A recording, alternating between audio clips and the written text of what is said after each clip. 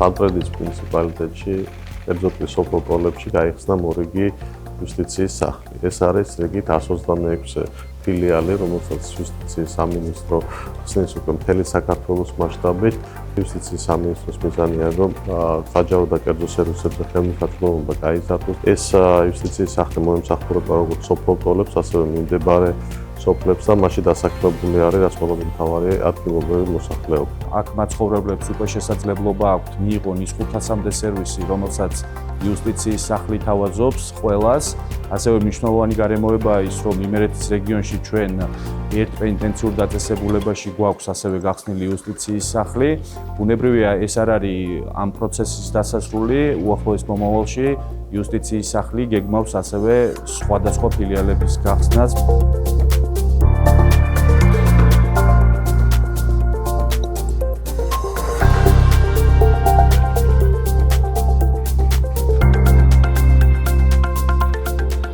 დღეს ვეწვიეთ ზუგდიდის იუსტიციის სახლს, სადაც გაიხსნა სატელეფონო ცენტრი, რომელიც მომსახურება მომხმარებელს მთელი საქართველოს მასშტაბით. ცენტრი მომსახურებას უწევს წელიწადში მილიონზე მეტ მომხმარებელს, როგორც საქართველოს მოქალაქეს, ასევე უცხოელს და აწვდის ინფორმაციას ყველა იმ სერვისის შესახებ, რომელიც არის დანერგილი საქართველოს იუსტიციის სახლებში. დღეს საფუძველი ჩაეყარა წალენჯიხაში ახალი იუსტიციის სახლის მშენებლობას. ამ ფაქტს განსაკუთრებული მნიშვნელობა გააჩნია წალენჯიხაში მაცხოვრებლებისთვის, რადგან თითოეულ მათგან შესაძლებლობა ექნება ძალიან სწრაფად ერთ სივრცეში მიიღოს ის 500-მდე სერვისი, რომელსაც იუსტიციის სახლი თავაზობს მთელ ქვეყანას. ასევე მოგეხსენება, წალენჯიხაში არ იყო ქორწინების სივრცე და ახალი იუსტიციის სახლი ამ საკითხსაც დაარეგულირებს და მოაგვარებს.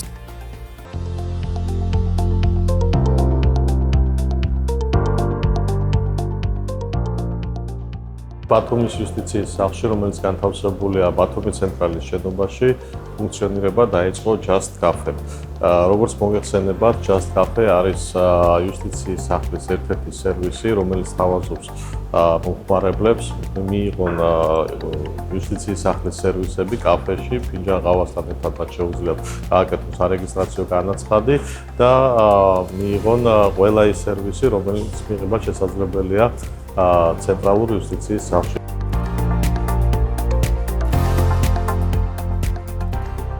ეს ჩვენ ასევე მოვენახულეთ მიმდინარე ინფრასტრუქტურული პროექტი, კერძოდ იუსტიციის სახლის მშენებლობა ხელვაჩაურის რაიონში. ეს იქნება თანამედროვე ტიპის შენობა, რომელშიც გაერთიანებული იქნება თანამედროვე ინფრასტრუქტურა, თანამედროვე ტექნიკა და შესაბამისად მორგებულია ასევე შეზღუდული შესაძლებლობის მქონე პირების საჭიროებებსაც.